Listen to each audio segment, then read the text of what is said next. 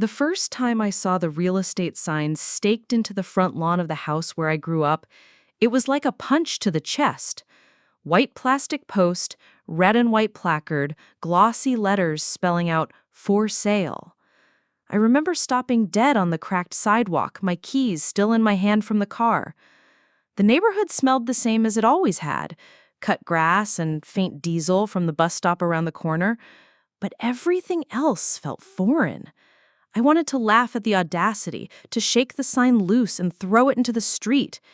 Instead, I just stood there, staring at the place where my entire childhood had lived and breathed, wondering how my own brother could have done this without me. My name is Isolde Harland. Most people just call me Izzy. That house, the two-story Victorian with peeling paint and a front porch sagging under the weight of years, was more than real estate to me.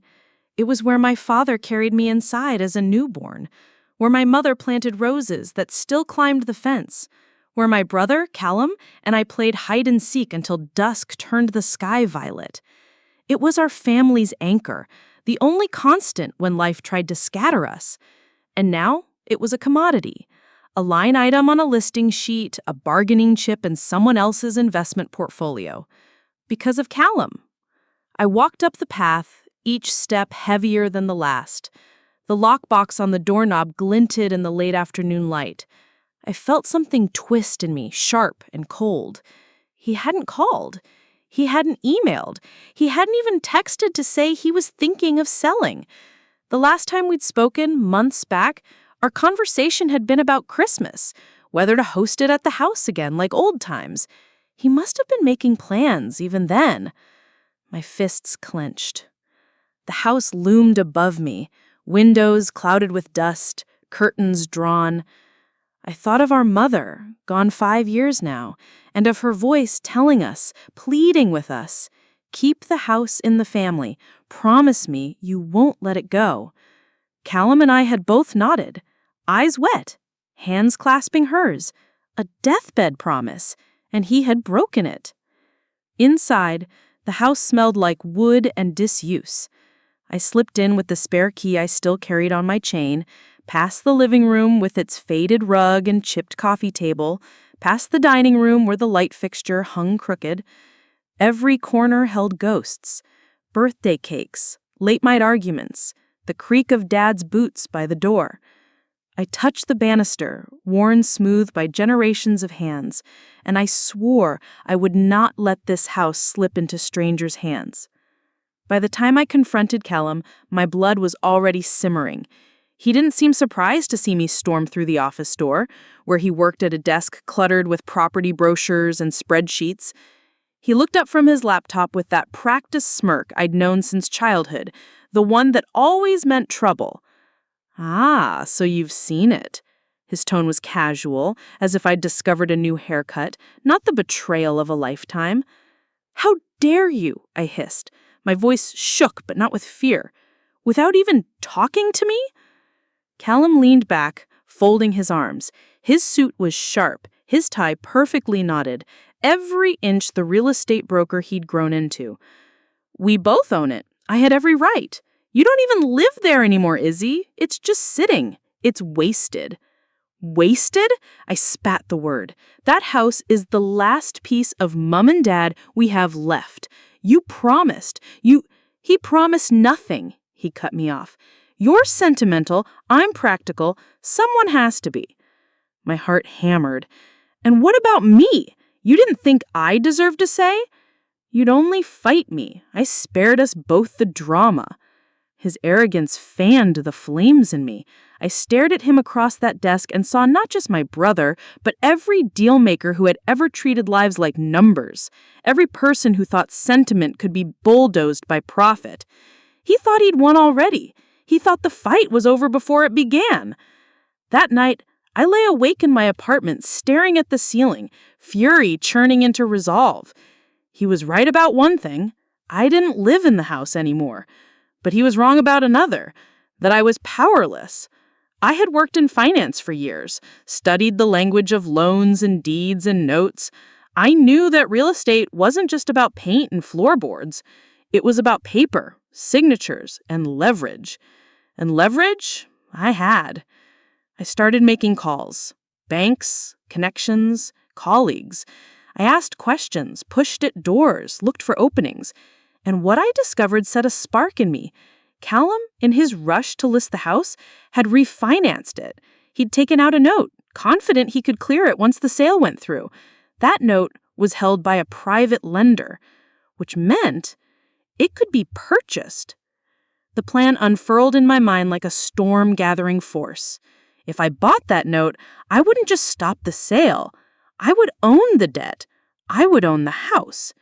And more than that, I would own Callum's arrogance piece by piece until he had to face me with nowhere to hide.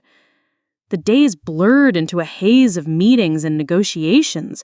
I drained accounts I had been saving for years, took risks that made my hands tremble, but each step carried me closer.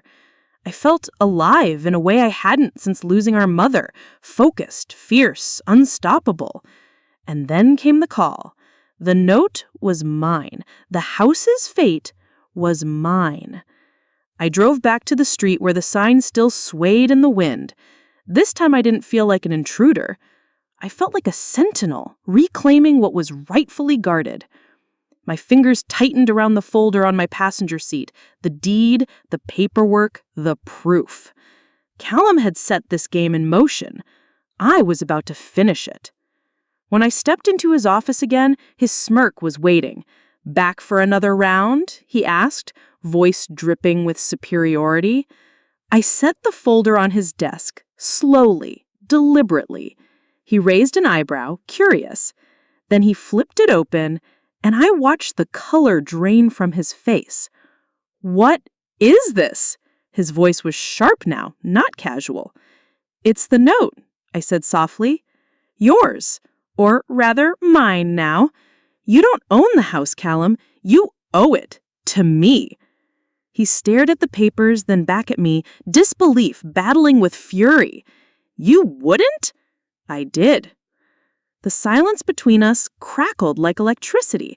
For once, his words failed him.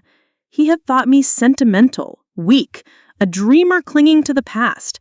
But he hadn't seen the steel beneath. He hadn't expected his own sister to become his creditor, his judge, his reckoning. I leaned closer, my voice steady, each word a nail in the coffin of his certainty. "You wanted to sell our childhood home out from under me. Instead, you've sold yourself. And now, brother, you're living on borrowed time." His jaw clenched, his knuckles whitened on the edge of the desk, and for the first time in years, I saw fear flicker in his eyes. Before we jump back in, tell us where you're from. If this story moves you, please subscribe. Tomorrow, I have a special story for you. He blinked, and the fear was so slight I might have missed it if I hadn't been waiting my whole life to see it. A tremor at the corner of his eye, the way he swallowed before he spoke. I didn't gloat. I didn't have to. The folder did the talking. The assignment of mortgage, the allonge, the notice of transfer of servicing with my name on it in block letters. The paper smelled like toner. It smelled like power. "Callum," I said, as evenly as I could manage, "you are 62 days past due." He dragged the documents closer, scanning with the jerky movements of a man pretending to read while his brain still lagged behind. "This is a joke." "It isn't. You refinanced fast to list the property quickly. The first payment posted late. The second didn't post at all." I tapped the amortization schedule. "You leveraged our childhood home to fund the staging and the glossy brochures." I let my eyes flick toward the framed listing photos on his wall, wide-angle lies that made the living room bigger, the light brighter, the paint less peeled. "And you convinced yourself the closing check would outrun the debt." He pushed his chair back, the wheels catching on the plastic mat. "Fine, so I'm late." He tried to laugh, failed. "I'll cure it." "You can. You have a right to reinstate," I said, and my voice was almost gentle because I remembered his freckles when he was 8 and the way he used to build Lego cities and declare himself mayor. "But until you do, the default stands." He opened his mouth. I slid a single-page letter across the desk. He read the first line and went very still. Notice of default and intent to accelerate. I had typed it at 2 in the morning with a trembling hand, then reviewed the deed of trust 3 more times just to be sure. The house, our house, stood behind every word. You're insane. We're family. I listed your mother's house without me. I held his gaze until he looked away. Family didn't stop you.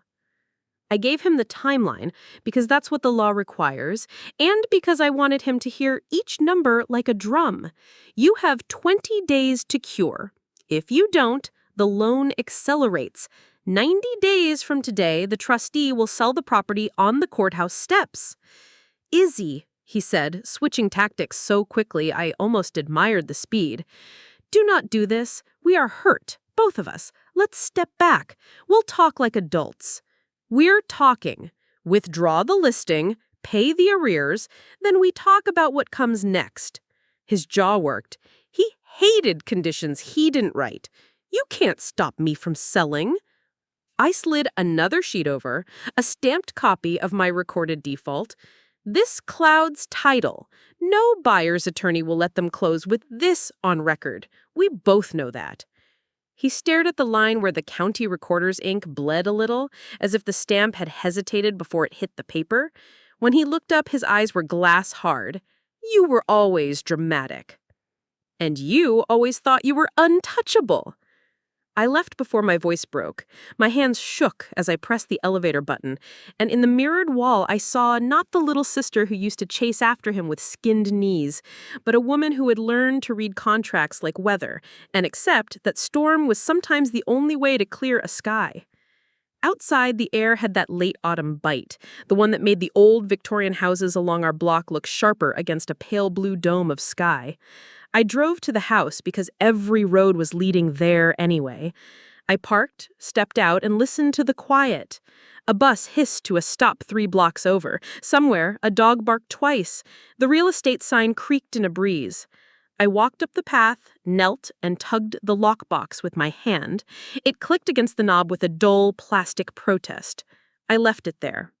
I wasn't here to rip things out of the ground. I was here to anchor them. Hi, Izzy. I turned. Mrs. Elaberez stood at the low fence between our yards in her quilted coat, her gray hair pinned back in a clip I remembered from a dozen garden parties. She held a bag of oranges, one hand already lifting fruit as if hospitality was a reflex. Hi, Mrs. A. My throat tightened. You heard? Your brother's agent came by with a clipboard and a smile that didn't touch her eyes. She peered past me at the windows. Your mother's curtains are still in there. They are. She handed me an orange. The skin was cool, pores fine and tight, a planet in my palm. When my husband died, his brother wanted to sell our place, said I couldn't afford the taxes. She wrinkled her nose. Men who see property where there are memories. You give them paper back, mija. You give them the kind of paper that bites. I took the orange. The skin was cool, pores fine and tight, a planet in my palm. I'm trying. You were always the one with the mind for numbers. She tilted her head. Your mother told me. She said Isolde would take care of us all one day. The words, simple as they were, knocked me back a step inside. I nodded, swallowed, and moved toward the porch. Mrs. Alvarez didn't follow. Some thresholds you cross alone. Inside, the house breathed. Old houses do that. Boards exhale, radiators tick, stairs murmur. I stood in the entryway and let the quiet say whatever it meant to say. I know. I know. I pulled blue painter's tape and a clear sleeve from my bag and slid a copy of the recorded default into it. I affixed it to the inside of the sidelight window, where anyone entering would see it. It felt both petty and ceremonial. The law required certain notices be public. But more than that, I wanted the house itself to witness that I was trying to keep it. By dusk, my phone lit with a number I didn't recognize. I took it anyway. Miss Harland, this is Tasha Swan with Swan & Co. Realty. I represent your brother as his listing agent. Her voice was warm, syrup poured over ice. We need to have a conversation about your interference. I recorded a lawful notice, I said. The property is in default. That is being addressed, she said briskly. Meanwhile, your document is scaring buyers. Good, I said, before I could stop myself. Silence crackled. I'll cut to it. If this is about money, we can adjust the split. Your brother is prepared to be generous within reason. This is about our mother's house, I said. He can reinstate the loan and withdraw the listing. Then we talk. She sighed, the sound professional and bored. We have an open house scheduled Sunday. I expect you not to show up and cause a scene. I'll be there because I live in this neighborhood and because the law says interested parties can be present. You do not live there, she corrected, and the way she flattened my presence with a statement made something feral move inside me. And you won't be welcome if you harass my clients. I will bring a notary and a copy of the recorded notice, I said calmly. I don't have to raise my voice for the truth to make a scene. She hung up with the kind of practiced click that means the rest will happen through lawyers. It did. The next morning, an email arrived from a firm whose masthead had too many partners' names. They accused me of tortious interference. They threatened an injunction. My attorney, Harper, a woman who'd gone to law school with me mostly so we could argue about whether the cafeteria should charge for extra apples, wrote back with 2 citations and a smile I could hear through the screen. The borrower is in default. The notice is accurate. Seek your injunction, counsel. We'll see you Tuesday. Tuesday. The word drew a line in my week. I made a list. Copy bank records, prepare a timeline, confirm the arrears, print the assignments. I added sleep and drew a box around it I didn't tick. Sunday came anyway. I wore a navy sweater and jeans and the kind of calm you put on like armor. I arrived 10 minutes early. The sign out front now carried a fresh writer. Open house today, 2 to 4. Helium balloons swayed above the post in festive denial. Inside, the agent had staged candles that smelled like vanilla courage and cinnamon optimism. I hated the way it made the house smell like a mall. Tasha smiled. It was all teeth. Hello! Her gaze slid over my sweater, my ordinary shoes, like she was measuring how much power I could possibly hold in cotton. You made it. I did. I held up a clear sleeve with my recorded notice, then set it neatly on the hall table, beside a stack of glossy brochures. I didn't block anything. I didn't take up too much space. I just occupied the space I had a right to. People came, couples with earnest eyes who held hands as if buying a house was a vow renewal, men with tape measures who tapped baseboards and frowned at the kitchen tile. They murmured about schools and gutters and parking. I nodded when they nodded. I smiled when they smiled. When asked, I said the line I had practiced in the mirror. The property is subject to a recorded notice of default. Any buyer should conduct thorough due diligence. A tall woman in a green coat blinked. So can we still make an offer? You can, but your lender will see the notice. Your title company will see it. The only sure way to close clean is for the default to be cured. By the seller. By the borrower, I corrected softly. Same person in this case. Tasha hovered, near enough to hear, far enough to pretend otherwise. Her jaw worked. She excused herself twice to step outside and make calls. When she returned, she wore a sharper version of the smile. My brother arrived an hour in, as if to prove mere presence could cancel a courthouse stamp. Izzy, he said, loud enough for the foyer to hear, why are you doing this? Because you did this, I said at the same volume, because I watched men use volume as a weapon and women apologize for matching it. We can sit down, withdraw the listing, pay the arrears, and we talk. He looked around at the couples now whispering to each other like we were a sitcom unfolding live. We'll resolve this, he told them, magnanimous as a man flipping a tip to the table. Siblings fight. Borrowers default, I said, and lenders notice. His eyes cut daggers. Outside, now. On the porch, the November sun had that slant that made everything look a little more honest. We stood 3 feet apart in the cold. You're humiliating me, he said. You're humiliating yourself, I answered. I didn't lie at Mom's bedside. You did. He flinched. For a moment, I saw a boy caught stealing sugar cookies, not a man plotting spreadsheets around grief. Fine. The arrears. I'll cure. Withdraw the listing. He stared at me like I had asked for his spine. No. Then we're done talking. I reached into my bag, pulled out a small envelope. This is a copy of the reinstatement amount as of this morning. Every day costs you more. Every day draws the sale closer. He took it with a flourish he meant to seem casual. His hand shook. On Tuesday, we sat in a courtroom newer than our house and colder than the lawn in February. The judge listened. Her hair was iron gray. Her questions were clean.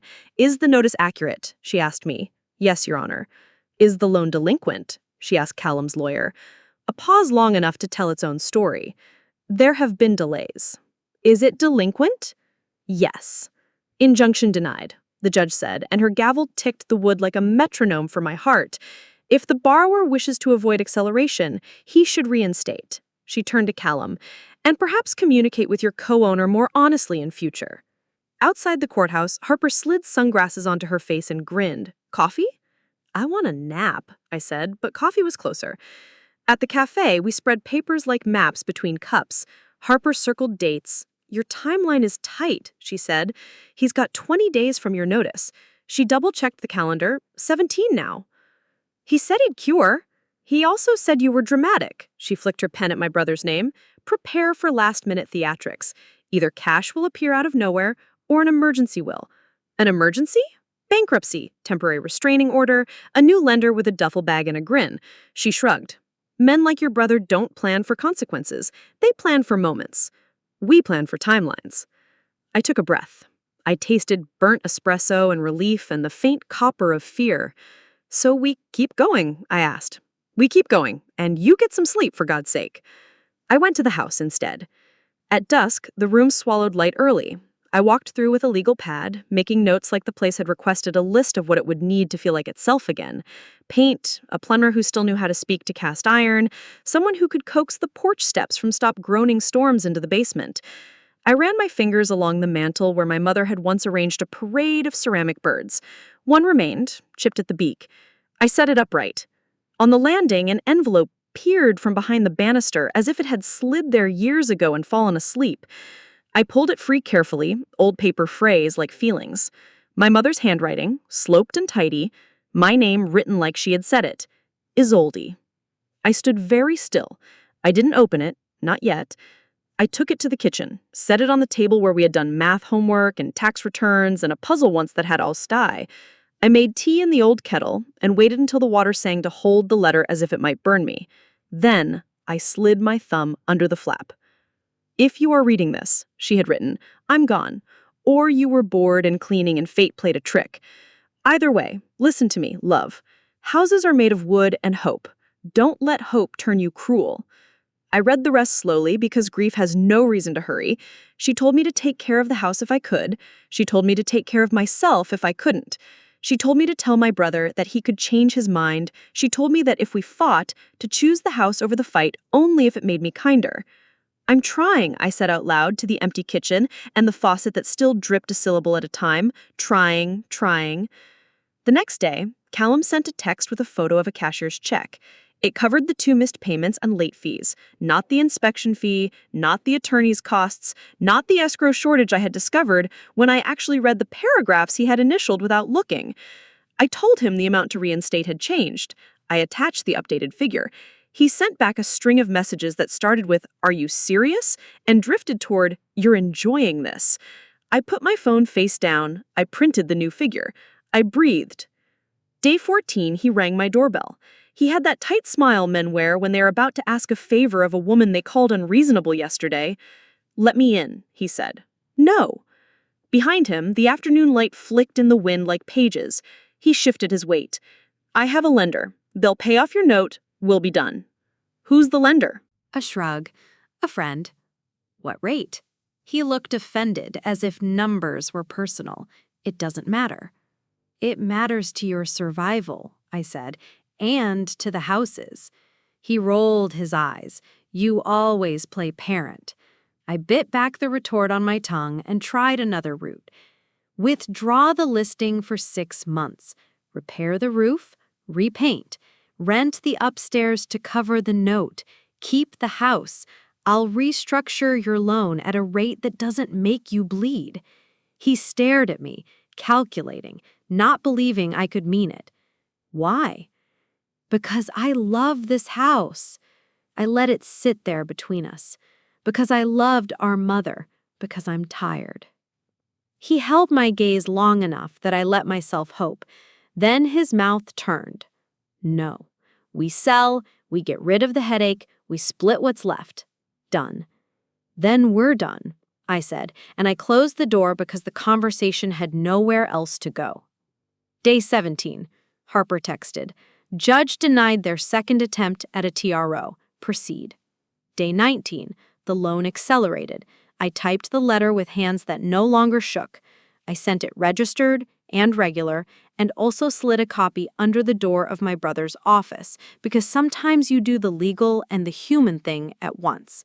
90 days from the date of the notice, we would stand on the courthouse steps and sell the house to the highest bidder unless the debt was paid.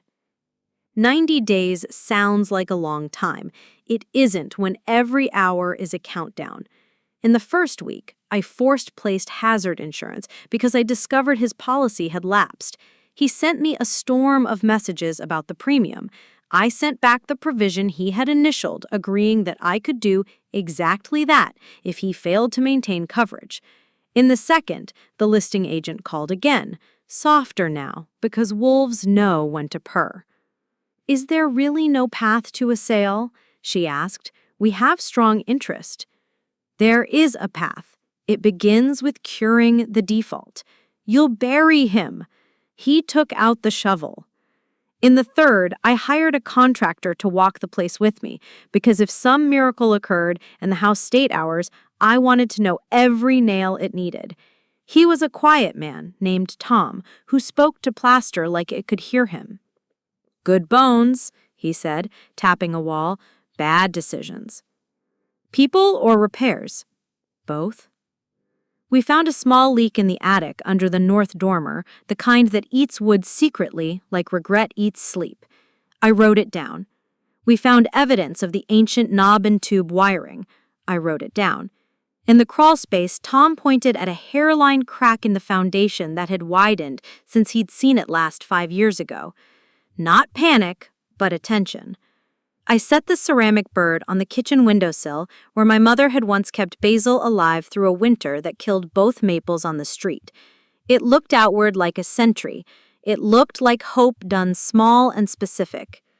On day 29, an envelope arrived from the county. Inside was the trustee's sale date, typed with the kind of municipal font that suggests government rooms with gray carpet and stale coffee. The auction would be held on a Wednesday at noon. I circled it on my calendar so hard the pen bled through to the desk pad. Callum didn't reply to my emails about the date. He sent one text, "You won't do this." I didn't answer. Some things you only answer by doing. On day 33, Tasha held a by-appointment-only tour for what she called serious buyers. I knew about it because a neighbor texted me a photo of 3 SUVs out front and a woman in heels that were a cry for help. I went over. I didn't interfere. I stood in the living room and watched people who smelled like expensive gum consider my wainscoting as if it were a line item. Tasha ignored me. Callum didn't look at me once. That hurt more than I wanted it to. That night, I opened my mother's letter again and read it until my eyes blurred at the line about not letting hope turn me cruel. I cried on the couch I'd bought secondhand and loved like it had been born in my living room. Then I got up and washed my face and did the numbers again. What it would cost to take title if no one else bid, what it would cost to do the roof, the wiring, the paint, what it would cost me in hours of sleep I no longer had much of. On day 41, an email pinged from Harper. They served a subpoena on your contractor. Fishing expedition. Don't worry. Of course they did, I muttered. I pictured Callum telling his lawyer to make things annoying.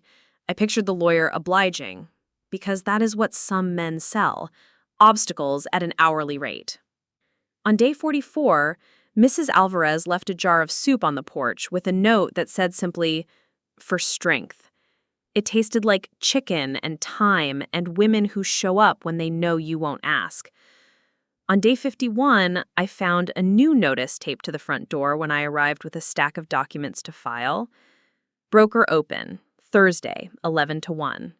The handwriting was Tasha's. stooped by impatience. I peeled it off and set it politely on the hall table beside my notice. We were both taping our reality to the same wood. On day 56, Callum texted late. "Can we talk?" I stared at the blue bubble for a minute too long. "Tomorrow morning. House. 8. He was late. He always had been. He walked in with coffee in a cup that announced some expensive barista had had a bad day. He looked tired at the edges, like someone who had spent the night moving money from one pocket to the other while convincing himself it was income. "He can cure," he said without preamble. "I just need you to—" He spread his hands. "Stop. Withdraw the listing." He shook his head like a dog with water in his ear. "No." "Then no," I said. The word tasted like lemons and steel. "You had 60 days before I sent that notice. You had 20 after. You had 90 after the acceleration. You have today. You have tomorrow. You have until the gavel hits." "You won't go through with it," he said again, as if incantation could turn reality. "You can't." I didn't tell him that the thought of standing on a courthouse step and bidding on our house made me feel like I might vomit and cry and laugh all at once. I didn't tell him I had nightmares in which our mother shook her head silently at me while the house burned slow. I said the only thing that wouldn't betray me. Watch me. On day 68, Harper and I met with the trustee in a conference room that smelled like 4 decades of oaths. We confirmed the sale details. We confirmed the arrears. We confirmed that the auction would proceed unless a cashier's check for the full reinstatement amount arrived before noon. The trustee wore a tie patterned with tiny scales of justice. I wanted to ask whether he ever wished his job were about bread and soup instead. On day 73, Callum sent a single emoji, a clock. I blocked his number, then unblocked it because I am not built for that kind of line. I texted back the figure it would take to stop the auction, down to the dollar, and a photo of the letter from the trustee listing the date, the time, the place. He sent nothing. On day 81, Harper called. "Heads up, I'm hearing whispers about a private moneylender." For him? Maybe. They might try to slide a new deed of trust in and claim priority or file something stupid to make the title messy. Can they? "They can try," she said. "We're ahead. Your notice is recorded. Your assignment is clean. But don't be surprised if a document appears overnight like a mushroom." I hate mushrooms. They're fine on pizza. I hate them in law. She laughed, the kind that makes a person your friend for another 10 years. "See you Wednesday." On day 89, a courier delivered a thick envelope at 9 p.m. I opened it at my kitchen counter under the light that always made my hands look older than they are. It was a complaint, filed that afternoon. Harland versus Harland. My brother was suing me for breach of fiduciary duty, for intentional infliction of emotional distress, for whatever else his lawyer had pulled off a shelf labeled, "Throw it all." Harper read it fast over the phone and snorted. "We'll answer. It doesn't stop the sale. It's theater." What if the judge? The judge denied him twice already. He'll file a third thing. You'll breathe. We'll show up. The sun will rise. The sun rose. The day of the sale dawned clear and thin, a winter light that made the courthouse look less important and more human. I dressed like someone not there for a funeral. Gray trousers, black coat, scarf my mother had knitted during a January when the heat went out and we learned the value of kettles. Mrs. Alvarez met me on the sidewalk with a thermos. "Coffee," she said, thrusting it into my hands as his courage could be poured. "I will be across the street like a gargoyle if you need me." "I always need you," I said, and my voice broke on the last word. She squeezed my arm and then let go because she knows when to stand and when to step back. Harper was already there, hair pinned, eyes flinty. "Ready?" "No." "Yes." The steps filled with the small crowd that always comes to these things, investors with baseball caps and clipboards, one man in a suit too shiny to be real silk, a woman with a pen behind her ear and the calm of someone who has bought disappointment and profit at equal measure. The trustee checked his watch, cleared his throat, and began in the cadence of ritual. Public auction, trustees' sale, property located at... He read the legal description, which always sounds like a string of 100-year-old coordinates to a treasure no one ever finds without breaking something. He said our address out loud. The sound of it in his mouth made my stomach flip. Opening bid, he announced, and the figure landed in the air like a stone skipped above a lake. Beautiful for a second, deadly when it sinks. It included the principal, the interest, the fees, the insurance I had been forced to buy. It included the hours I hadn't slept. The man in the shiny suit bid 100 over, like a test. The woman with the pen bumped him by 5,000. I looked at Harper. She nodded once. I lifted my hand. The room, though we were outside, it felt like a room had been laid down around us by the gravity of the moment, tilted a fraction. The trustee nodded at me. Bid recorded. Shiny suit countered. I bid again. The numbers climbed like a slow, awful song. My mouth was dry. My palms felt like I'd been holding on to the edge of a cliff for an hour. A breath of wind moved across the steps. A leaf skittered like something trying to change the subject. My phone buzzed in my pocket. I ignored it. Harper's phone did too. She glanced down, frowned, went pale. She squeezed my wrist so hard it hurt. "Don't bid," she whispered. "Don't do anything." "What?" I hissed. She showed me her scream. It was a text from her associate at the courthouse clerk's office, sent 40 seconds ago. Emergency Chapter 13 filed. Callum Harland. Automatic stay in effect. "Going twice," the trustee said, voice steady, oblivious. Harper's eyes were steel. "If the sale closes under stay, it's voidable. Everything unwinds. We get sanctioned." I looked at the trustee, at the crowd, at the courthouse columns that had watched uglier moments than this. My chest felt like someone had set a rock on it. The trustee lifted his gavel. "Sold to..." "Wait!" My voice cracked over the steps. Head snapped toward me. The gavel froze an inch from wood. The trustee blinked, confused. "Automatic stay," Harper said, stepping forward, her card already up. "Borrower has filed. We need to halt." The trustee frowned, checked his phone, checked the call. He tapped out at the screen with the wary respect men give machines that can cost them their license. His mouth thinned. "We have to confirm," he said. My phone buzzed again, and this time it was a number I knew like the inside of our front door. Callum. I answered without saying hello. He didn't say hello either. He didn't gloat. He didn't rage. He breathed once into the line. "I'm not losing it," he said. "Not like this." The wind lifted my scarf. The courthouse steps held their breath. The gavel hovered like a hawk about to decide whether to dive. And then the trustee's phone chimed with the message, and his whole posture changed. Shoulders squared, eyes down, voice newly careful. He looked from the screen to Harper's card, then to the crowd, then back to the gavel paused midair like a breath you can't exhale yet.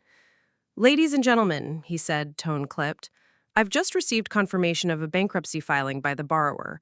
Under Section 362, an automatic stay is in effect. This sale is halted." A dozen tiny sounds broke over the steps. Pens clicking shut, someone sighing, the scuff of a shoe against stone. The investors dispersed with the resigned choreography of people who live by contingencies. The woman with the pen behind her ear nodded to me once, like a soldier acknowledging another soldier across enemy lines. The shiny suit man muttered something about wasting a morning and stalked away. I stood very still, my phone hot in my palm, my brother's breath still in my ear. I'm not losing it, not like this. My scarf whipped once in a clean winter gust. I swallowed and said nothing, because there was nothing to say on a public staircase that wouldn't either turn me cruel or small. Harper squeezed my arm. "Next move," she murmured, efficient as oxygen. "We go to bankruptcy court." "Do we have to start from zero?" "No," she said. "The stay freezes the world, it doesn't erase it." He filed Chapter 13. He owes a plan, he owes payments, he owes truth. If he can't deliver, the case gets dismissed or we get stay relief. She lifted her chin in the direction the trustee had gone. And we live to fight another hearing. On the sidewalk, Mrs. Alvarez stood where she'd promised, thermos cradled like a relic. I went to her because sudden policies and ancient stone make me hungry for human faces. Canceled? She guessed, reading the air on my face. For today. She nodded once, the slow wisdom of someone who has waited out more storms than I've named. She said, I kept the soup warm. It's in the car. You will eat. Judges hate hungry women. They mistake low blood sugar for hysteria. I laughed, and the sound startled a flock of pigeons gathered on the courthouse lawn. Yes, ma'am. Back at Harper's office, we sat at the polished table that had witnessed other people's ruins and resurrections. Harper called in their bankruptcy counsel, a woman named Adina, with calm eyes and a voice like a scalpel, precise, not unkind. She slid a thin stack of printed docket entries across the table. Filed 9 minutes before the gavel, she said, tapping the timestamp. Skeleton petition. No schedules, no plan. What does that mean? I asked, though I already knew from the nights I'd spent reading. It means he stopped the sale for now by pushing a button. He'll have 14 days to file the rest. He'll need to start making plan payments next month. He'll need to show income, tax returns, insurance. We'll file a motion for relief from stay, arguing bad faith and lack of adequate protection. Judges know this move. They don't like it when it's a stall. We make the record, we win, or we wait while he fails to comply. We make the record, I repeated, tasting the rhythm of the phrase, the anchoring weight of it. Let's do it. That evening, I went to the house because I didn't know where else to put my hands. I unlocked the door and stood in the entryway until the smell of old wood and dust slowed my heart. In the kitchen, I opened my mother's letter again to the sentence I had begun to carry like a stone in my pocket. Don't let hope turn you cruel. I'm trying, I told her, told the faucet, told the ceramic bird that I had set on the windowsill like a compass. I'm trying, Mum. The next morning, the case appeared on the bankruptcy court's website with a number that felt like a new kind of phone number I didn't want to memorize. The trustee's name, another person whose job is to live in other people's mistakes, sat under it like a signature. Adina filed our motion for relief from stay with the clean certainty of someone who has done this dance enough times that she can hear the questions before they're asked. I read the motion twice. It laid out the facts like stepping stones: default, notice, acceleration, scheduled sale, last-minute filing, no insurance until I force-placed it, no plan, no payments, no cure. It did not call my brother names. It didn't have to. Callum texted the same afternoon, "You're heartless." I typed and deleted 6 replies. What I sent at last was just the arithmetic. Plan payments are due on the 15th. You must file your schedules within 14 days. You promised Mum you'd be a man she'd respect. Be that man now. He didn't answer.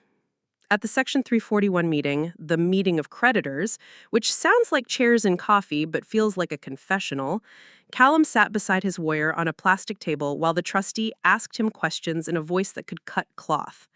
We were all in a windowless room in the basement of a building that smelled like binder clips and old justice. A handful of other debtors waited on folding chairs, listening to other lives being counted and found short. "State your name for the record," the trustee said. "Callum Hareland." "Have you reviewed your petition and schedules?" "Not yet," he said, and his own lawyer winced. "We're filing today." "You filed 9 days ago," the trustee said evenly. "You have 5 days left to submit schedules. Without them, your case will be dismissed." She glanced at the thin file in front of her. "Do you have hazard insurance on the property?" He shifted. "There is insurance." "Who is the carrier?" He looked at his lawyer. It's handled." Adina leaned in subtly, not enough to be rude, just enough to be present. Creditor placed force coverage due to lapse. Premium added to arrears. The trustee nodded. "Are you currently living in the property?" "Yes." "Do you have tenants?" "No." "Income?" "I'm self-employed." "Real estate?" "Provide 3 years of returns, 2 months of bank statements, proof of post-petition income. Start plan payments by the 15th. The trustee recited, like stations on a pilgrimage. She looked up, and for a moment, her eyes were simply a woman's eyes, not a state's. Mr. Hareland, Chapter 13 is not a pause button. It is a plan you must perform. If you cannot, the case will be dismissed and relief from stay granted. Do you understand? He shifted again. Yes. Outside, he caught up to me on the sidewalk. Are you happy dragging me through this? I said, forcing my voice to stay level. I didn't drag you to the courthouse steps. You drove yourself there. I showed up with facts. You could just forgive the arrears, restructure, be a sister. I offered, and the memory of it scraped through me like sandpaper. 6 months, repairs, rent the upstairs. You said no. He laughed without joy. I don't want to be your tenant. Then be a borrower who pays. And I walked away because the choice was to keep speaking until a vein in my forehead burst or to stop before something cruel came out. The hearing on our motion for relief from stay took place in a courtroom that managed to feel both severe and tired. The judge wore the look of a person who has heard every story twice and still chooses to listen. Adina argued cleanly. No adequate protection payments, no feasible plan, last-minute filing to stop a sale, collateral deteriorating. Callum's lawyer argued that my actions were vindictive, that family disputes belonged around a dining table, not in federal court. The judge held up a hand. She said, "This is bankruptcy court. We adjudicate debtors' rights under the code. Family is beside the point. Compliance is the point." She looked at Callum. "Have you made your first plan payment?" He swallowed. "No." "Why not?" "We're finalizing the plan." "The plan payment is due regardless of confirmation," she said gently, like a teacher offering a student one more chance to hand in the assignment that will get them to the next grade. "I will continue the hearing 14 days. I expect to see a plan, proof of insurance, proof of payment. If not, I'll grant relief from stay." Mr. Hareland, Chapter 13 is a privilege designed to help honest but unfortunate debtors reorganize. It is not a game. 14 days can be an eternity if you are waiting for a call at a hospital. In bankruptcy, it is a blink. Callum filed something he called a plan. It read like a child promising to mow a field with scissors. He did not make the payment. He did not provide proof of income. He did not send me anything but a midnight text that said, "You always wanted to win." At the continued hearing, the judge granted our motion. "Relief from the automatic stay is granted as to the property," she said, and the words rang in my ears like a bell I had heard in a dream. "The creditor may proceed with its state law remedies." We rescheduled the foreclosure sale. The trustee posted a new notice. Investors penciled the date back into their calendars. I did not sleep much for the 2 nights before. On the morning of the sale, the sky was a white linen sheet. I wore the same coat because ritual comforts me. Harper met me with a nod that said she had already reviewed 3 cases and calmed 2 clients before breakfast. "This time, there won't be a filing," she said quietly. "He can't file another for 180 days without special permission. The dismissal was with prejudice for 2 weeks because he failed to file anything real. We're clear." The trustee read the address again. The numbers, when they came, felt like a storm I'd learned to surf. The shiny suit man wasn't there. Perhaps even he knew when a thing belonged to someone else. The woman with the pen bid once out of form, then stepped back. I raised my hand when Harper nodded. The figure was the debt I already held. I had the right to credit bid. I did. "Going once," the trustee said. "Going twice. Sold to the beneficiary." He struck the gavel. The sound was small and absolute. Paperwork followed, the immediate kind where you sign in triplicate, the slow kind where you wait for stamps. 2 days later, I recorded the trustee's deed upon sale at the county office that always smelled like toner and patience. The woman behind the glass took the document with the tenderness of a midwife receiving a child. She stamped it, slid it back. "Congratulations," she said, because she didn't have a word for "I'm sorry" and "I'm proud of you" and "I hope you sleep now." "Thank you," I said, and my voice surprised me by not breaking. By law, former owners get a short time to vacate. In our state, it's 3 days' notice to quit for someone who held title, longer for tenants. I hired a process server named Mr. Kwan, whose business card had a tiny fox on it. He was gentle in the way of men who have done necessary, unwanted jobs long enough to shape themselves around the least possible harm. He can post and mail, or personal service if you want it. I want to be there, I said, and my stomach clenched on the words. He'll say I hid behind paper. I didn't. You can come, he said, but I have to do the official service. You can hand him a courtesy copy if you need that for your heart. For my heart? I repeated, and I folded the envelope into an envelope with my own handwriting on the front. Callum. He stared at it. You wouldn't. I already have, I said quietly. I bought the note. I noticed the default. I stood in the rain outside the courthouse while you pulled an emergency lever at the last second. The sale happened. The deed is recorded. I am the owner. And now I am handing you your eviction. He didn't take the envelope. Mr. Kwan cleared his throat softly and set the official copy on the small entry table where our mother had once laid out lemonade in August. I set my envelope beside it, because compassion is not a hallucination, it's a way to keep your own spine from crystallizing into something you can't carry. I don't have anywhere to go, he said finally, and for a moment his voice was the voice of the boy who had once built me a pillow fort and called it a castle. I've arranged a storage unit for 60 days and a moving truck for Saturday. I'll pay for both. I'll give you a cashier's check today for 2 weeks at the motel on Chestnut. If you can find a place and need the deposit, I'll match it up to $2,000. If you want to talk to someone about work that isn't...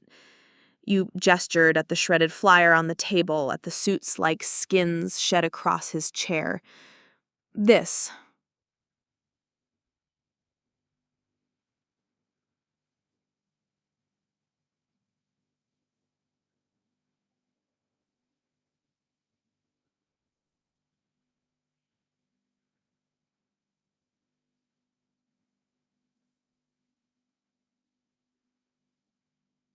Sunny, top-floor flat in a house with stories. 2 beds, 1 bath, good bones, new wiring, the kind of windows that invite plants to try their best. Landlord downstairs who will fix a leak same day and bring oranges in winter. No smokers. People who slam doors need not apply.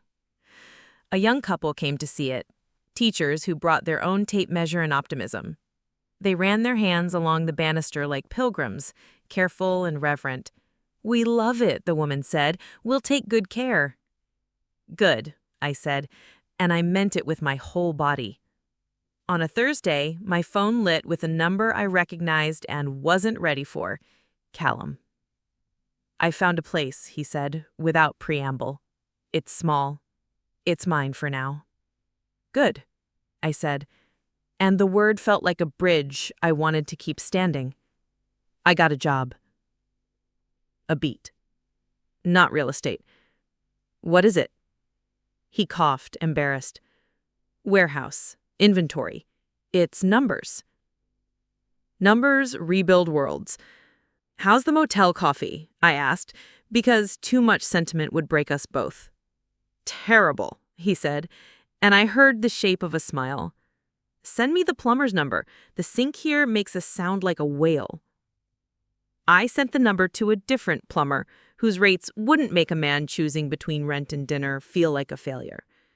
I sent him the deposit match I'd promised without a note. He replied with a single period. It looked like an end and a beginning both. Months settle in layers. Spring crept up the street like a quiet parade. The roses at the fence tried their best, and I tried mine, coaxing them along a trellis that would forgive my beginner's knots. The porch learned how to hold people again.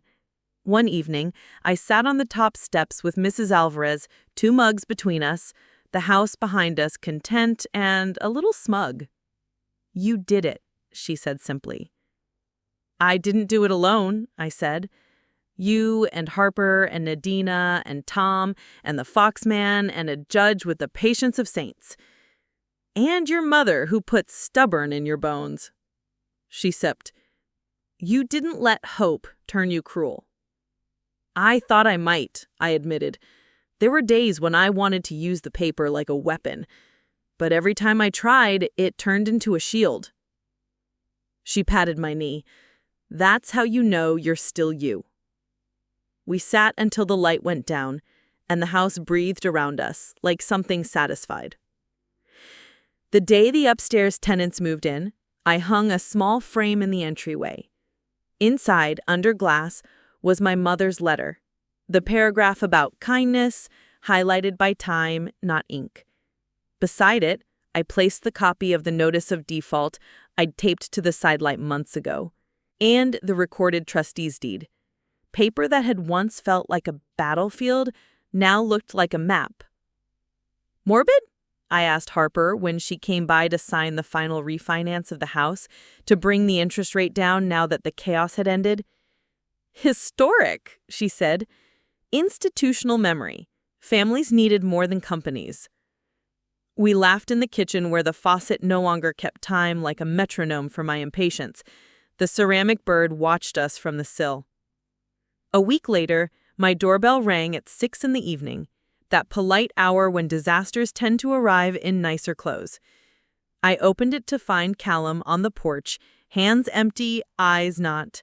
He looked better than the last time I'd seen him, less swollen at the edges by denial, more defined by effort. I brought nothing, he said, standing just outside the threshold like a vampire who knows the rules. Another first, I said without bite. He looked around, taking in the new paint, the repaired porch, the blooms starting along the fence. It looks good, he said, and he sounded like a grown man complimenting another grown person's work instead of a brother commenting on a sibling's choices. Thank you. He shifted, shoved his hands in his pockets, pulled them out again. I talked to Dad's old friend, the one who ran the hardware store. He said they need someone part-time in the back, ordering, inventory. I start next week. It pays less than my ego wants. It pays more than I deserve. He laughed once, soft. It's honest. Honest is expensive. Worth it, I said. He nodded. He looked down. I'm sorry, he said like the words had been pebbles in his mouth for months and he'd finally spit them into his hand to show me. For the listing. For not calling you. For thinking I could strategize grief into profit. For making you the villain in my story to avoid being the antagonist in my own. I swallowed, hard. Thank you, I said. And I was waiting, and I didn't know if I should be. He glanced past me into the hallway. Can I? He gestured in a small circle that meant step inside the house that raised us. Yes, I said. Shoes off, Mum will haunt you. He smiled and toed off his shoes. We walked the rooms together, not narrating. In the dining room, he touched the new paint with a fingertip as if it might remember him. In the kitchen, he noticed the bird and nodded to it like an old neighbor. On the stairs, we paused halfway, just where the light from the landing window turns dust into floating planets at a certain hour. I used to sit here, he said, and listen to Mum hum. I know, I said, and I used to sit 2 steps up and listen to you listening. He laughed, then covered his face briefly with one hand. When he dropped it, his eyes were wet. He didn't apologize for that, and I loved him for that tiny sign of health. On the porch, he put his shoes back on and stood like a man deciding how to descend 5 steps into a world he's re-choosing. I won't ask to move back in. I don't deserve it, and I don't need the temptation. But can I come on Sundays to help with the garden?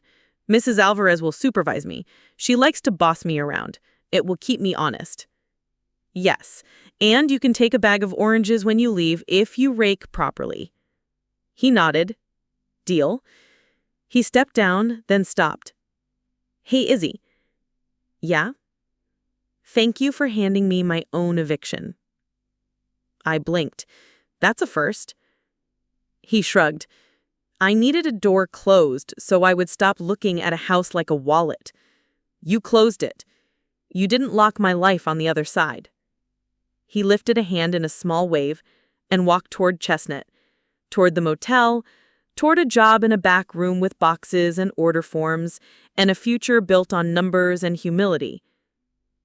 When he reached the corner, he turned and saluted the house like a ship. The house, being a house, said nothing, but the porch creaked what I decided to hear as farewell.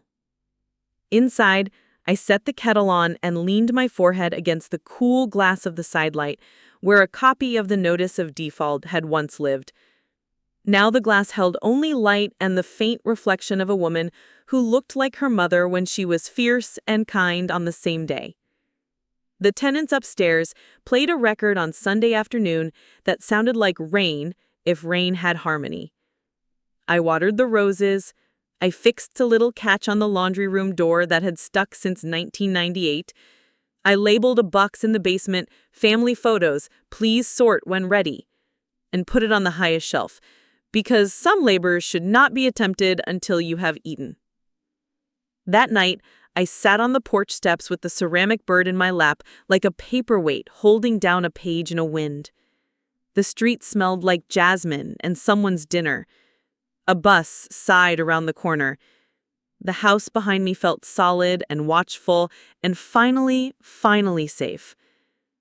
I thought of all the paper that had taken to bring us here.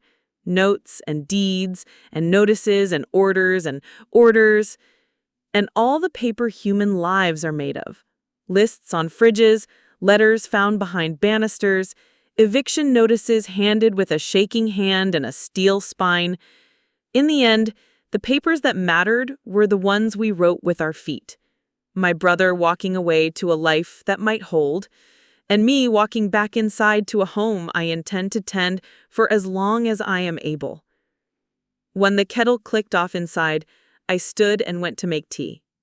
The porch light hummed, and the door eased shut behind me like the closing of a book on a chapter that had taken too long and was exactly the length it needed to be. 2 more great stories are next. Don't miss them. Subscribe and turn on notifications. The kettle clicked off, and, out of habit, I let the steam fog the pane above the sink until the glass surrendered the ghost of my face. I watched it fade. On the sill, the ceramic bird seemed to lean into the warmth like a creature thawing after a very long winter. I poured the water, listened to the leaves unfold their color, and told myself that quiet was not the absence of conflict, but the shape of a life after you've learned how to hold your ground. I didn't plan to fight again, not for a while, but cities and people have calendars of their own. 3 mornings later, an envelope with a law firm return address lay on the mat inside the front door like a beetle that had crawled beneath the threshold. The name on the masthead, Swan & Co., took me 1 breath to recognize and 3 to forgive. I slid it open with my thumbnail. The letter inside wore the kind of politeness that arrives already braced for violence. Dear Miss Harland, our client, Swan & Co. Realty, hereby demands payment of commission in the amount of $24,800 arising from a brokerage listing agreement executed by Mr. Callum Harland on the subject property. We contend we are the procuring cause of a ready, willing, and able buyer prior to your foreclosure. We ask that you remit payment within 10 days to avoid litigation. I set the letter down and rolled the tension from my shoulders until the floorboards answered with a sympathetic creak. Tasha was nothing if not relentless. I read the demand twice. The procuring cause line was their North Star. If she could prove that a buyer and a binding contract existed before the sale, and I stepped in merely to cut the rope, she could claim a commission from the carcass of a deal that never closed. The law on that sort of thing is a bramble. Facts matter, dates matter more, and courts often prefer the smell of performance over the perfume of intention. I called Harper. Let me guess, Swan wants money for a deal they didn't make? I said, they want a commission. I flattened the letter on the table as if smoothing it would quiet it. Send me a scan. If they've got a signed purchase agreement predating the default and it survived the bankruptcy and the sale, I'll eat the hard copy with mustard. Comforting. Also ridiculous, she said. But ridiculous things grow legs when they're fed by billable hours. We'll respond. Tasha's good at theater. I'm better at calendars. Calendars. That's where the truth had been hiding all along. Dates. Filings, stamps. We had them. I had them tattooed behind my eyes at this point. Still, I scanned the letter and the listing agreement, attached them to an email, and hit send with a satisfaction that surprised me, as if each PDF was a small soldier marching into a war I could now name. I took my tea to the porch and sat on the top step. Across the fence, Mrs. Alvarez's cat, an animal too dignified to be called anything as domestic as cat, stalked the thin shadow of a blue jay. The air smelled like wet soil and distant rain. I felt the house at my back the way I used to feel my mother's hand at the small of my spine in a crosswalk, urging, watchful, not pushing unless absolutely necessary. At noon, my phone buzzed. Harper again, shorter this time. Sent a stiff reply, no commission due, no pre-sale contract. Come by at 3 if you want to draft a response to the inevitable lawsuit with me. I'll bring oranges, I typed, and smiled when the dots appeared immediately. Please do. Before I could stand, the doorbell rang. A quiet, polite chime that had somehow survived 30 years of weather and 1 month of men with clipboards. I opened the door to a woman I didn't know, holding a folder and an expression like a person who has come to ask for directions in a town where everyone gives advice instead. Hi, she said. I'm Dahlia. I live 4 blocks over. I think our kids rode the bus together, but I only ever knew you as Izzy with the neat packed lunches. I'm with the Neighborhood Preservation Council.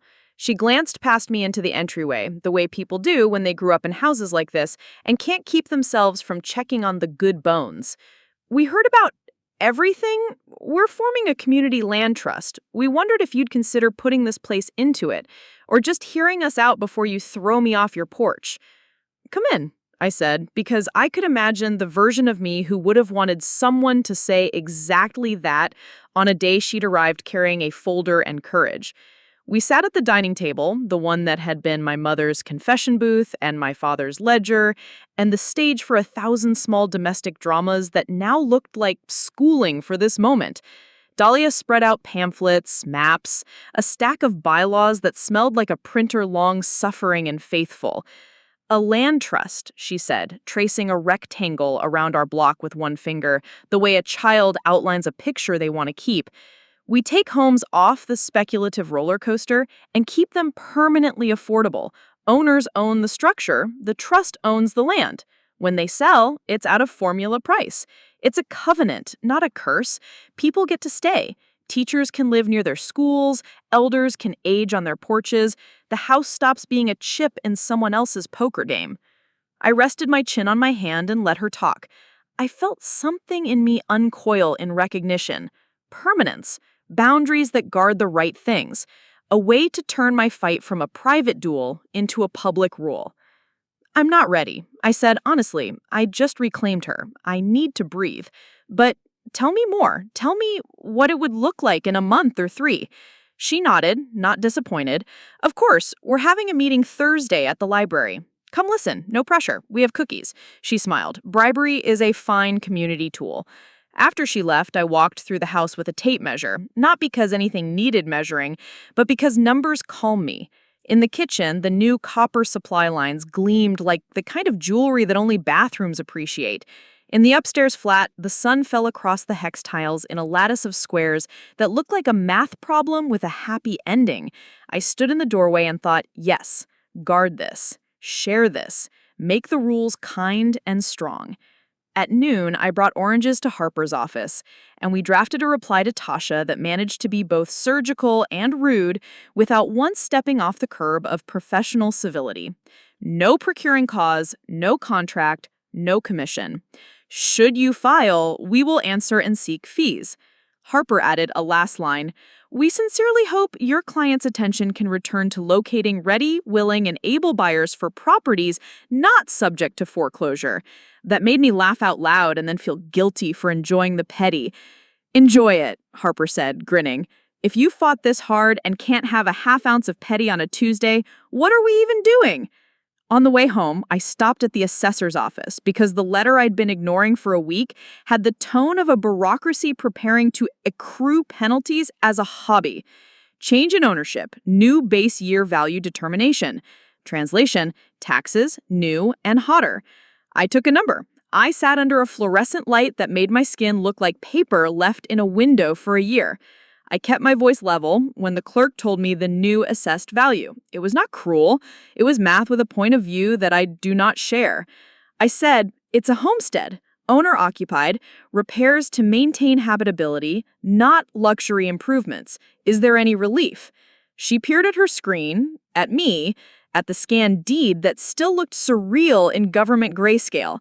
She said you can file a decline in value claim if the market dips, or an appeal, or a homeowner's exemption. She wrote numbers on a small, kind sticky note. She said, file that one today, it helps. I filed that one today. I left feeling like a person who has learned to bring bread and water to every appointment because everything takes longer than you think, and the people inside are often just as tired as you are. On Thursday, I went to the library. Dahlia was there, and 3 neighbors from my block, and a man who introduced himself as a planner and apologized twice before he said anything else. We ate cookies shaped like houses. Someone had used a tiny knife to cut the roofline. It made me want to adopt them.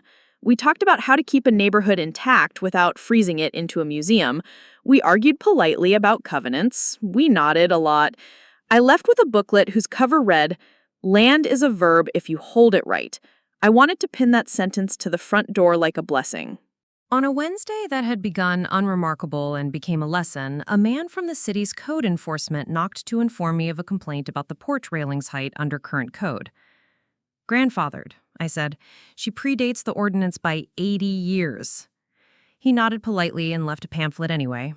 I added railing to the list with a date and a smiley face because not every battle needs armor. Some require a tape measure, a cooperative inspector, and cookies. The next weather came in paper again. A thick envelope stamped recorded document enclosed. I opened it at the dining table because bad news feels less theatrical there. Inside, a notice of pendency of action from a case I hadn't seen yet, Larkin v. Harland et al. My eyes snagged on the phrase, complaint to quiet title and for specific performance, and then on a name I recognized from an old postcard my mother had once tucked into a cookbook, Maeve Larkin. The complaint alleged that before the foreclosure, Callum had signed a purchase agreement with a Maeve Larkin to sell the house for a price so low it looked like a typo, that they had intended to close in 30 days, that she had paid a deposit that somehow no one could find a record of now, that she had an equitable interest in the property that survived the sale, and that she had, in the alternative, inherited a 1/8 interest in the property from a great-aunt whose will, recorded in 1987 and ignored by everyone ever since, carved out a sliver, like a sliver lodges in a thumb, small, deep, angry. I sat very still. I read the caption again. Larkin. The name sounded like a door closing softly at the end of a hallway you thought you had just finished cleaning. Harper answered on the first ring. "I'm reading it too," she said. "They recorded the list pendants before service. Cute. The great-aunt angle is creative." "Real?" I asked. "Maybe," she said. "We'll pull the 1987 probate, we'll run the chain again. If there's a fractional interest out there, we deal with it. If there's a forged contract, we light it on fire in court. Either way, breathe." I breathed because she told me to. I breathed because the house has windows that remind my lungs how. We spent Saturday in the county archives, that cathedral of dust and certainty.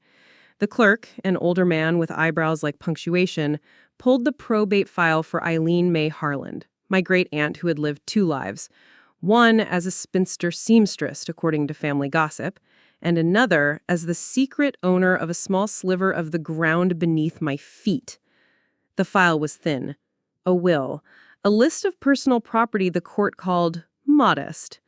A deed from 1959 that reserved a life estate for Eileen in the northwest 6 feet of the garden for the purpose of roses and tranquility. I stared at the line and then started to laugh because the universe has a sense of humor, and it often blossoms in footnotes. So she reserved a life estate in the Rose Strip and then died in 1990, Harper summarized, trying not to smile. Life estate ended. No fractional fee simple interest, no inheritance to pass to your mysterious Maeve. And the contract? I asked. Let's find out if it existed. It existed. On paper. A purchase agreement dated 3 weeks before my notice of default. Callum's signature stared up at me with a flourish I recognized from old birthday cards. Maeve's signature was a wobble that could have been caution or performance. The notary block belonged to a notary whose commission had expired the year before the date on the page. I handed it back to the clerk with tweezers in my voice. Fraud, Harper said later in the parking lot, flat as a weather report. Or stupidity, possibly both. We'll subpoena the notary. We'll depose Maeve. We'll give Callum a chance to explain before I sit him down under oath and peel the wallpaper. I called my brother. He answered on the 4th ring, and the delay rode his voice when he said, hello. Did you sign a contract with someone named Maeve Larkin? I asked, no preface, no sugar. A pause that was not silence so much as the sound of someone looking for the least bad truth. I signed a paper, he said slowly. Tasha sent it over, said it would make the buyers real and we could renegotiate later if we needed to. It was before your notice. I didn't think... You didn't think, I supplied. I didn't think it would stick. I didn't see the notary. I signed in my kitchen with a pen that didn't work the first time. He made a sound that might have been a laugh or a cough. Do you know her? I only know her as a plaintiff and possibly as a descendant of Eileen's Rose Strip. He groaned once into the phone. I swear to you, I didn't mean to hand a stranger the house. I know, because I did. But you might have handed her a mandatory hearing instead. We'll fight it. We'll clean it up. I'll testify. I'll say it was a stunt. You'll tell the truth, I corrected. It will be enough. He was quiet a long time. Is he? Yeah? I'm learning to like telling the truth. He hung up before either of us could make that into something heavier than a sentence trying on new clothes. Depositions are dramas staged without an audience. Maeve arrived in a blazer, a shade of blue that made her eyes look sincere, and a stack of documents that looked rehearsed. Her lawyer objected to everything, like a metronome to calm a nervous student. Harper's questions were surgical. Where did you sign this agreement? At my apartment. Who was present? Me, Mr. Harland. The notary? Crane's mouth moved in what might once have been a smile before the job taught it to be a straight line. Court is adjourned. Outside the courthouse, the sun performed its best argument for a good faith belief in mornings. Reporters, 2 of them, waited with that polite, predatory air of people who need quotes for a page. I said no comment, because some words belong to rooms where people swear to tell the truth. Graham muttered something that may have been an apology to no one in particular, and then, in a twist that confused even the pigeons, asked if I wanted to get coffee. Another day, I said. Trevor looked at his shoes and then at me. I can help with the scholarship website, he said, and for the first time since I'd known him past the age of 8, I believed him. By noon, Jonah and Dalton had jointly proposed the interim trustee, a woman named Navdeep Ahuja, with credentials that sounded like ballast, decades in nonprofit compliance, a sailing background, a habit of saying no neatly when it needed to be said. Judge Crane signed. The order came through at 12:47 with the clean edges of a paper that understands its job. Caro hugged Ines. I'll cover your shift while you take a long lunch, she said. Go breathe. Ines looked at me, at Helena, at the courthouse. I didn't know telling the truth could make my hands stop shaking, she said. It's not always like this, Helena told her gently. Sometimes it makes them shake more, but today the room held. We walked toward the river because that was where the day wanted to end, at least for a chapter. The Charles threw back light like coins returning to pockets. Jonah peeled off with a reminder to answer his emails. Helena received a call about a deposition across town and lifted her bag with a small groan that sounded suspiciously like contentment. "I'll send the draft transcript tonight," she said. "You'll see how 2 days can turn into a book." "I know," I said. "I was in it." Meredith and I kept walking. When we reached the bridge where the wind lifts your hair regardless of whether you want it to, she stopped. "Come to Chatham with me," she said softly. "Not today. Soon. I want to open the windows the way she did and see if the house feels like a house again." "We'll go on a day the tide is right," I said. "We'll bring cake. We'll name the first scholarship recipient there." She nodded and looked at the water like it might answer. "Do you think she forgave me?" "I think she told me to keep your windows open until you weren't afraid. I think forgiveness is a draft that keeps circulating until somebody signs." We announced the scholarship a month later, the way she would have liked. No ribbon cutting, no speeches with more adjectives than nouns, just a page that worked, a picture of the sea taken from the porch, a sentence that said, "For girls who want to learn wind and water and their own names at once." We called it the Greta Mallory Maritime Scholarship because anything else would have been either coy or wrong. Meredith came to the launch in a linen dress the color of gulls. She didn't wear the pearls. She stood beside me as the site went live and the first application arrived from a 17-year-old in Dorchester who wrote, "I am better at fixing things than naming them. I think boats might teach me both." We read that line 3 times. "This," Meredith said, touching the screen as if it were a child's cheek, "is the will." Helena delivered the bound transcript that afternoon because she is a person who understands the ceremonial uses of paper. The cover sheet had the case caption, the dates, the page range, and beneath, because she insisted, a short dedication in small type. "To the woman who asked us to keep our verbs strong." I put it on the shelf at eye level between cookbooks and casebooks. It looked like it belonged to both. Ines stopped by the office Navdeep had found for us over the boathouse. 2 rooms, 3 chairs, a view that could cure small hurts. She brought lemon bars in a tin that looked like it had baked weddings for decades. "Caro said I should take a victory lap," she said, embarrassed and proud and exactly right. We told her about the first applicant. She told us she'd enrolled in a class at Bunker Hill, nursing leadership, because telling the truth sometimes rearranges a life, and you might as well see where the furniture fits best. September brought a wind that made you believe in punctuation again. We drove to Chatham in a car that smelled of coffee and new pages. The house waited with the patience of old, shingled things that have learned the art of standing still in all weather. Meredith unlocked the door and then stood back, the gesture half invitation, half apology. We opened windows. Low tide smelled like memory that didn't ask permission. In the bedroom, on the dresser that had held generations of brushes and rings, the sun made a square on the wood. Meredith touched it the way a person touches a scar that has turned into a story. I told her once that I didn't understand why she loved the sea if it forgave nothing. And what did she say? That forgiveness isn't the sea's job, Meredith said and smiled a little. It's ours. We sat on the porch with lemon cake and the codicil in a folder between us like a family Bible. I read a paragraph aloud, not because I needed the words, but because words want air. The part about the house as a place to sleep with windows open until fear learns to wear itself out. The part about girls and keels. The verbs did their work again. We named the first recipient there, together. Her name was Lila. She had never been in a boat smaller than a ferry. She had hands that knew how to take apart a bicycle and put it back together so it didn't squeak. We called her. When she answered, we put the phone on speaker, and the sound of her joy walked across the porch like a breeze. After we hung up, Meredith cried quietly into a paper napkin and then laughed the laugh you laugh when a hard thing finally moves.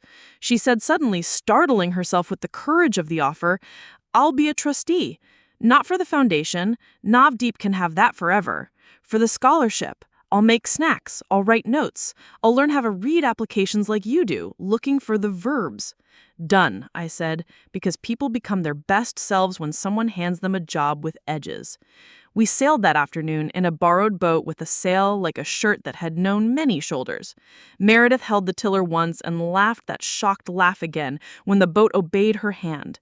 The wind filled, the canvas spoke its fabric language, and the small, obedient miracle of movement happened, effort becoming glide. I heard Grandma in my head. There it is. That is how you know what you want has a name that isn't fever. When we tacked back toward shore, the house looked like a house, not a battlefield. It wore its windows open without flinching. Meredith let the tiller go and caught it again like a parent letting a child run 2 steps further each time. I wish I'd done this sooner, she said. You did it now. That counts. We took the train back that evening, sun loading gold into the marsh grass. My phone buzzed with an email from Judge Crane's clerk attaching the final written order. Codicil admitted, Knight instrument invalidated for lack of capacity and undue influence. Charitable intent safeguarded. The language was precise and almost tender in its insistence that words mean what they promise to mean.